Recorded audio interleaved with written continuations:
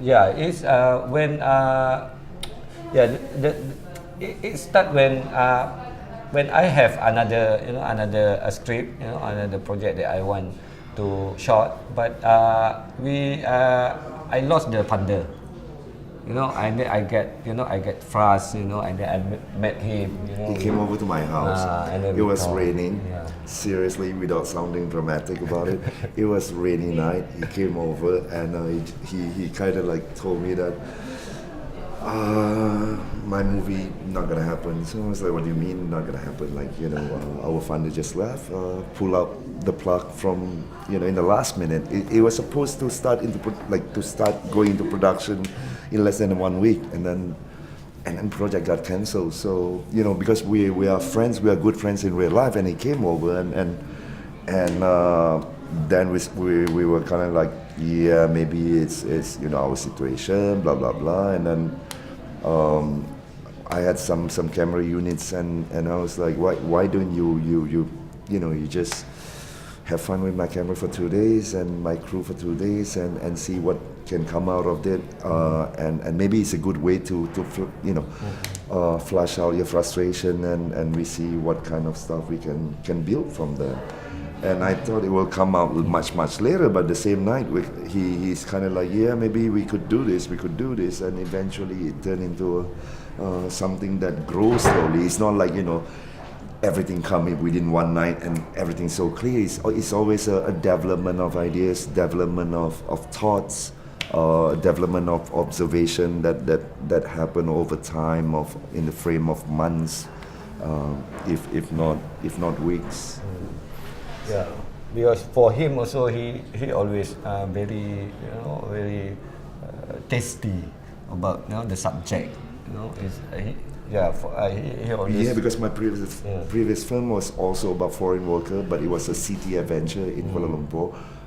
But this one is a bit different, and we kind of feel, maybe we could say something further about that subject and about our society. And Nam Ronem has always been a champion of social political content or stories back in our country. So it's like, yeah, maybe Nam Ronem could tell a different angle of this subject, of this problem, and he took it to the next level of not only foreign workers and migrant workers. It's also about the problem of corruption within the police force and immigration, things like that. So it's much more pushing the envelope, and yet trying to retain the excitement of cinema from the get-go. We know we are serving general mass because we want to talk about the subject to the general mass, and not only film buff or film lovers, but finding that balance is the thing that we were like,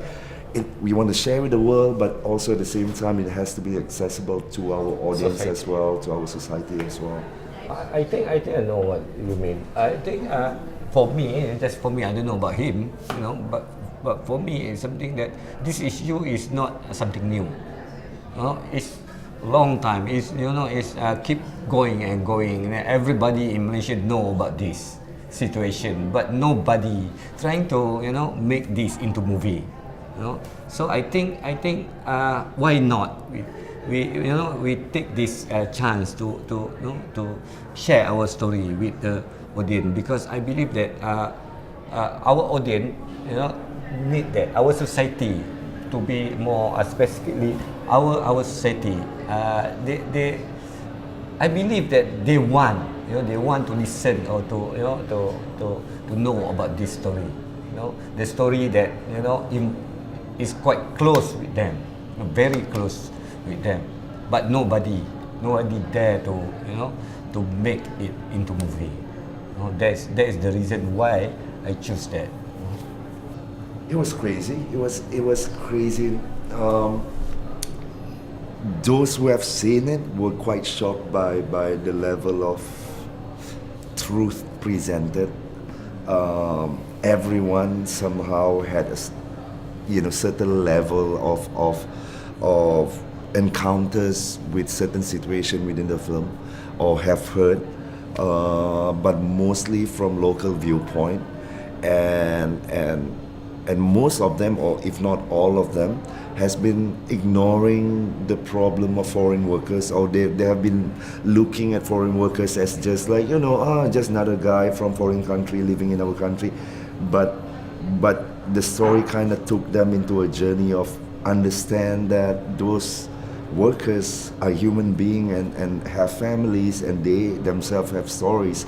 So it's good sometimes that it became an eye-opener for some of them to look at these workers in a different light, to appreciate them better in terms of corruption, to experience that in cinema for the first time, because it was never presented before. And it's not only local. When you asked just now about the response during the Q&A, was normal for me. It's normal to have questions during the Q&A. But there was a lady yesterday from an NGO, and she was working with Africans, particularly Nigerians, and she even came to Malaysia and to study and research on migrations, and also especially African migrations to various countries. And she approached us and said, like, it was a day after our screening, and she was still buzzing by it, by the level of how much truth was in it, and the stuff that she heard from the research that she had done, and the stuff that she saw on screen. It really moved her. So for us, as a producer, as a filmmaker, that is like, the best feeling to have. It's not only telling stories, but to touch hearts as well. Constitutionally, I think we did, because the Ministry of Education came to our show on the third day, and one of the subject, which she mildly put, it wasn't like the central, but one of the central characters was the little kid, the second generation. So in our country, those second generation never has the right to study in public school. So when Ministry of Education came, and I don't know, because he went out with Nam Ronem for rounds of drinks together after that, and the next thing we know, 3 weeks after, a month after, they allowed it. Yeah, the Ministry of Education announced that, all right, now the stateless children can go to public school. The Malaysian government willing to accept and let them go and study and have a better future, whether in Malaysia or back in their home country. Hopefully, we try not to say we are making change, but we hope it helped, little nudge or little signal for them to see and say, yeah, we're making the right decision. There's a movie that agrees with us. Let's announce it. Yeah, we try to see it that way. I don't think we are the one behind it. That would be too fantasy for quite some time, but. We know from the get-go that it wouldn't be, it wouldn't kick off that easily. And I was developing a couple of projects. One of it was my own project, my second film, and a few other stuff. So we were developing a couple of stuff at one go, and with most of our development, we'll try and apply for project market to see how universal, the story is with international crowd. And for this one, we got in Singapore, we won the ideation. Then it came with sponsorship for camera. And now I had to stop everything because the camera came with 1 year expiry date, which is I have to shoot within 1 year, otherwise I'm going to lose the camera package. And that became a problem because now we have to find money to shoot, otherwise we lose the camera for 20 days. Then we went. There were few studios. There were major studios that excited because we shot a previous, and it was a bit polished and like a normal, a slick film, and they wanted it made, but they want to cut out on the police corruption. Then it just become a crime drama without anything else, because they could see there's potential with co-production with Indonesia and some of that stuff, and we had to refuse because it didn't fit with what he wanted to do and what we wanted to say as filmmakers. So we went around, and luckily help came in the last minute, and so all in all it took us around, I think, a year plus for fundraising. and another 1 year, another year to shoot and finish the film. I hope so. I think so. It's meant to be. If it's fated in that way, and I think it's also about believing in what we do. If we think is worth doing, and that also the reason why we choose to do it, because it's going to be a long journey, and if we just make films without saying anything, it will be so boring, and it won't last or withstand the problem that's gonna arise during the production. So that's why for us we choose something that can make us stay and stick to it despite whatever challenges that come, because we have something to say. Yeah, of course I will continue it because I just shot my latest movie. Is dealing with still we have a corruption. But I put some the issue that I try to highlight is about race, about racism, about Malay and Chinese, in Malaysia, because now this situation is quite terrible, quite terrible, because it's something, if you read into the media social and everything, it's something like it's menakutkan, what is Scary. called scary.